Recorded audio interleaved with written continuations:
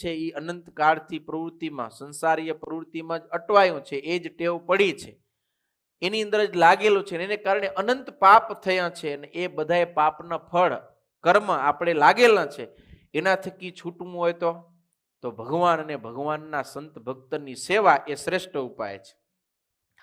વળી ભગવાનની અથવા ભગવાનના ભક્તની સેવા ચાકરી મળે ત્યારે મોટું ભાગ્ય માનીને સેવા કરવી.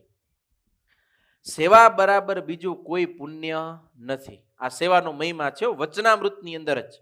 ભગવાનના ભક્તની મને વચને દેહે કરીને જે સેવા બની આવે તેણે કરીને જેવું આ જીવનું રૂડું થાય છે અને જીવને સુખ થાય છે તેવું બીજે કોઈ સાધને કરીને થાતું નથી. કેટલી મોટી વાત છે લ્યો. સેવાને કારણે મનથી, વચનથી, કર્મથી જે રીતે પણ સેવા થાય. ઘણા શારીરિક રીતે મજબૂત હોય તો શરીરથી સેવા કરે, અશક્ત હોય શરીરથી તો વચને કરીને સેવા થઈ શકે. સત્સંગની બળ આપે, બીજાને હિંમત આપે, પ્રેરણા આપે. વળી મને કરીને મનથી પણ સારા સંકલ્પ કરે. એ બધા કેવા સત્સંગ કરે છે રહ્યા, કેવી સેવા કરે, કેવો સારો સંપ્રદાય, કેવા પવિત્ર સંતો, કેવા આદર્શ જીવન જીવનારા હરિભક્તો. આમ મનથી ખાલી સારું સારું વિચારે ને એ પણ એક માનસિક સેવા છે. તો એણે કરીને જીવનું જેવું રૂડું થાય, જેવો જેવો સુખીઓ થાય ને એમાં બીજા ગમે એટલા સાધન કરો તો એ ન થાય.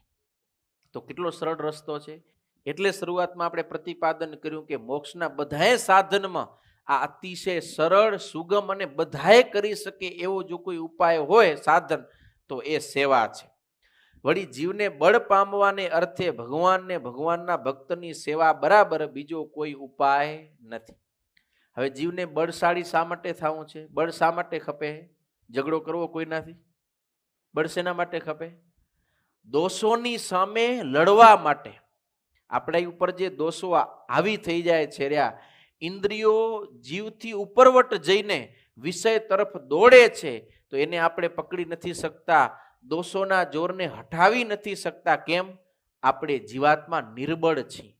તો એ જો દોષોની સામે આપણે જીતવું હોય, ઇન્દ્રિયોનો નિગ્રહ કરવો હોય તો એના માટે જીવમાં તાકાત ખપે, બળ ખપે.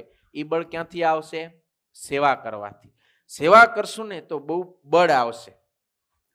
અને ગમે એવી મલિન વાસના હોય તો શ્રીજી મહારાજે કહ્યું મધ્યના 25માં કે ઉકા ખાચરની જેમ જેને પણ સંતની સેવા કર્યાનું વ્યસન પડી જાય તો એના અંતઃકરણમાં રહેલી મલિન વાસનાઓ તત્કાળ નાશ પામી જાય છે. જો સેવા કરવાનું વ્યસન પડે તો, વ્યસન એટલે ખબર ને તમને, રહી ન શકાય, તલપ લાગે. જેને વ્યસન હોય એ વ્યસની માણસ વ્યસન વિના રહી શકે નહીં.